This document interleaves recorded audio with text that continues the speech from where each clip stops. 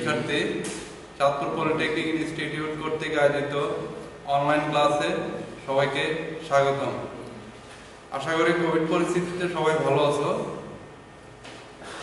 আমি Mohammad Mustafizur Rahman, instructor computer, Chandpur polytechnic institute.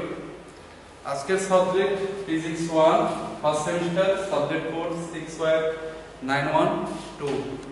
তো আজকে আমরা লেকচার 8 ফিজিক্স 1 এর লেকচার 8 নিয়ে আজকের ক্লাসটা সাজানো। তো আজকে যে অধ্যায়টা সেটা হচ্ছে যে কি অধ্যায় 4 নম্বর অধ্যায়, নিউটনের গতিসূত্র, বল এবং ঘর্ষণ। এই চ্যাপ্টার নিয়ে আমরা আলোচনা করব। এই চ্যাপ্টারের আজকে আলোচ্য যে বিষয়সমূহগুলো যেগুলো নিয়ে আমরা আলোচনা করব: বল কি, বলের প্রকারভেদ, নিউটনের গতিসূত্র, নিউটনের তৃতীয় সূত্র বলতে F = ma, এটা প্রমাণ করব। প্রথমে আসি হচ্ছে যে কি বল জিনিসটা কি। যে বাহ্যিক কারণে বস্তুর স্থির বা গতিশীল অবস্থার পরিবর্তন ঘটায় বা ঘটাতে চায় তাকে বল বলে। যে বল বস্তুকে গতিশীল করে বা গতি বাড়িয়ে দেয় তাকে ত্বরণ সৃষ্টিকারী বল বলে।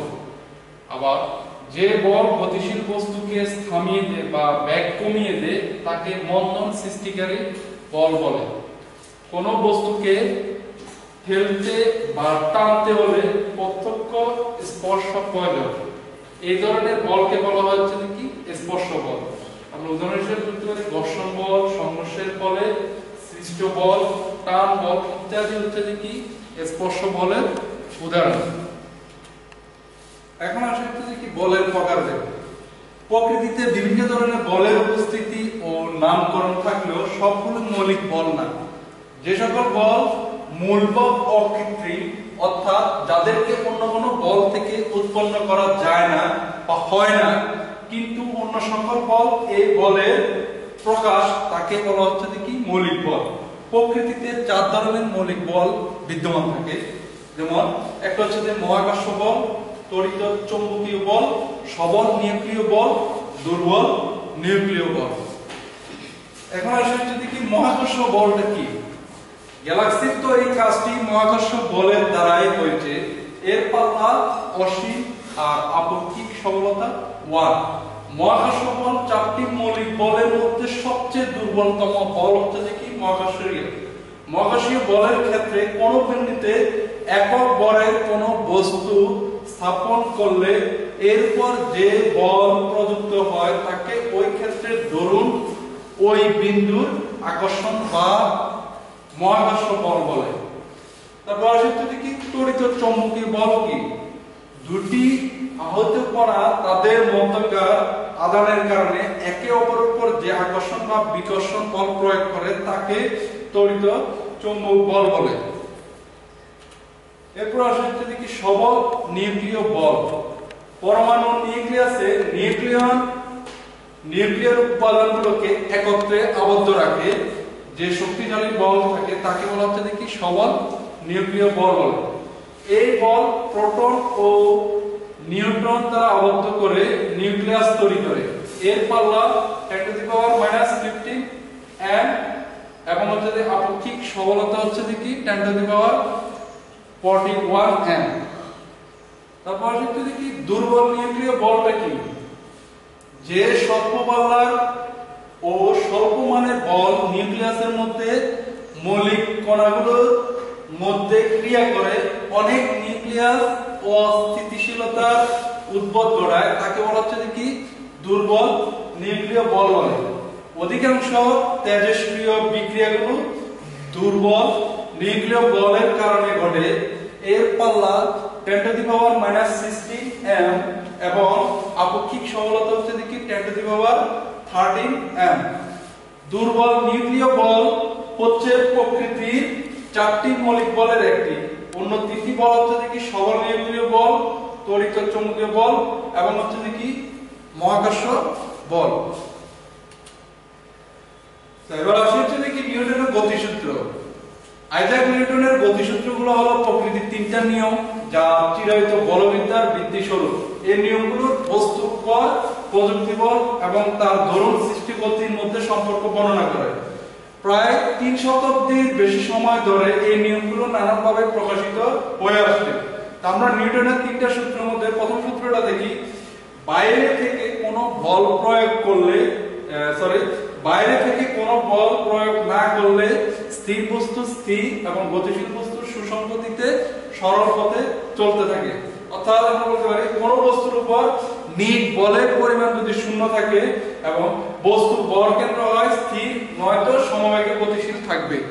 ঠিক আছে, তারপর আসলে কি দ্বিতীয় সূত্রটা নিউটনের, কোন বস্তুর ভরবেগের পরিবর্তনের হার প্রযুক্তি বলের সমানুপাতিক এবং বল যেদিকে ক্রিয়া করে বস্তুর ভরবেগের পরিবর্তন সেদিকে ঘটে। অর্থাৎ কোন বস্তুর ভর যদি অপরিবর্তিত থাকে তবে বস্তুটির উপর প্রযুক্তি বাহক নেট বল বস্তুটির ভর ও ত্বরণের গুণফল হয়। এরপর আসি কি নিউটনের তৃতীয় সূত্রটা, প্রত্যেক ক্রিয়ার একটা সমান ও বিপরীত প্রতিক্রিয়া রয়েছে। তো আমরা প্রথম সূত্র থেকে আমরা যে দুটো বিষয় জানতে পারছি সেটা হচ্ছে যে একটা হচ্ছে যে পদার্থের জড়তা আর একটা হচ্ছে যে কি আমরা বলের সংজ্ঞাটা।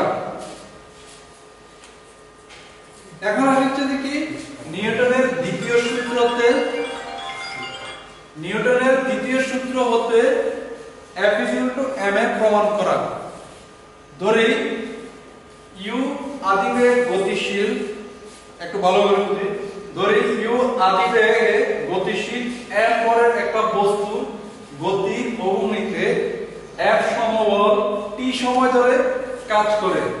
যেহেতু বস্তুটির উপর f সমবল t সময় ধরে ক্রিয়াশীল, তাই বস্তুর বেগ একই হারে বাড়তে থাকবে যতক্ষণ বলটি ক্রিয়াশীল থাকবে।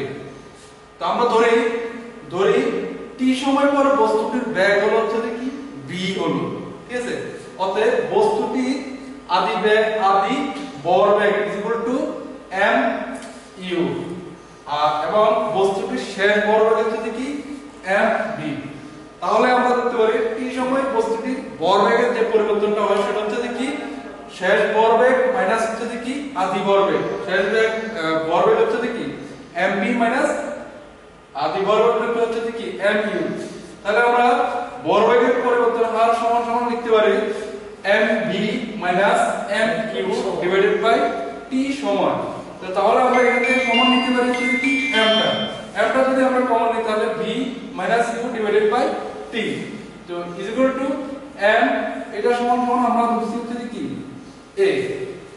এবার আসি হচ্ছে কি নিউটনের গতির দ্বিতীয় সূত্র অনুসারে, যেমন প্রযুক্তি বল F বস্তুটি ভরবেগের পরিবর্তনের হারে সমানুপাতিক, যেটা আমরা নিউটনের গতির দ্বিতীয় সূত্র অনুসারে বলতে পারি। অর্থাৎ আমরা এটা এইভাবে লিখতে পারি F সমানুপাতিক ma। তো F আমরা সমানুপাতিকটা হচ্ছে কি ধ্রুবক k ma, এখানে k হচ্ছে কি সমানুপাতিক ধ্রুবক যার মান F m ও a এর উপর নির্ভরশীল। উপরের সমীকরণ হতে বলের এককের সংজ্ঞা দেওয়া যায়। তো SI পদ্ধতিতে বলের একক হচ্ছে কি মানে বলের এই এককটা হচ্ছে কি নিউটন। যে বল এক কেজি ভরের উপর ক্রিয়া করে যেটা হচ্ছে কি 1 মিটার পার সেকেন্ড স্কয়ার ত্বরণ সৃষ্টি করে তাকে 1 নিউটন বলে।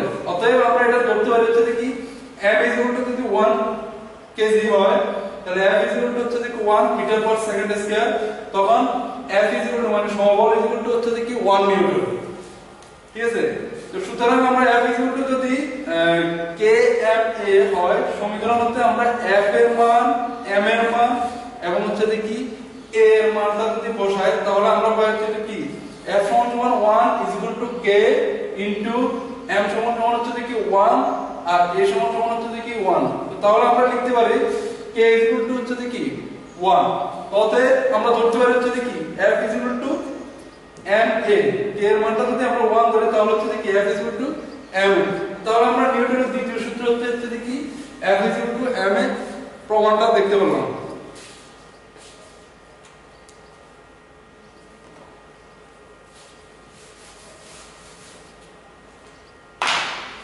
আচ্ছা, আরেকটা টপিক সেটা হচ্ছে যে কি নিউটনের দ্বিতীয় সূত্র হতে প্রথম সূত্রের প্রতিপাদন। আমরা জানি এর আগে প্রমাণটা দেখলাম সমবল F হচ্ছে যে কি m এ যদি হয় তাহলে হচ্ছে যে কি m a সমান হচ্ছে যে কি b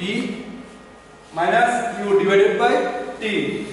এখন লব্ধি বল যদি F যদি 0 হয় তাহলে আমরা F সমান 0 m b u divided by t, বা আমরা এটাকে গুণন করলে হচ্ছে যে কি b u divided by t 0, আর t সমান t এর সাথে যদি 0টা গুণ করে তাহলে হচ্ছে যে 0 থাকে b u, তারপর হচ্ছে যে কি b u টা যদি আমরা ডান পাশে নিয়ে যাই তাহলে হচ্ছে যে কি এটা মাইনাস থেকে প্লাস হবে b u। তো সুতরাং আমরা ধরতে পারি যে কি b এর মান যদি 0 হলে u এর মান যদি 0 হয় তাহলে আমরা ধরতে পারি যে কি স্থির বস্তু স্থির থাকবে। আবার b u হলে বস্তুটির আদি বেগ শেষ বেগ হবে, মানে হচ্ছে যে কি এটা সমান হচ্ছে যে কি যদি u হয় তাহলে বস্তুটার আদি বেগ এবং হচ্ছে যে কি শেষ বেগ হবে, অর্থাৎ বস্তুটার বেগ একই থাকবে। তো তাহলে আমরা দেখলাম হচ্ছে যে কি নিউটনের দ্বিতীয় সূত্র হচ্ছে যে কি আমরা প্রথম সূত্রটা বাইরে উঠতে পারলাম। তো আজকে আপাতত এতটুকু পর্যন্ত। যেহেতু এখন মহামারী চলতেছে করোনা ভাইরাসে, তা আমরা সবাই স্বাস্থ্যবিধি মেনে চলি, নিয়মিত মাস্ক পরিধান করি। সবাইকে ধন্যবাদ। আজকে এতটুকু পর্যন্ত।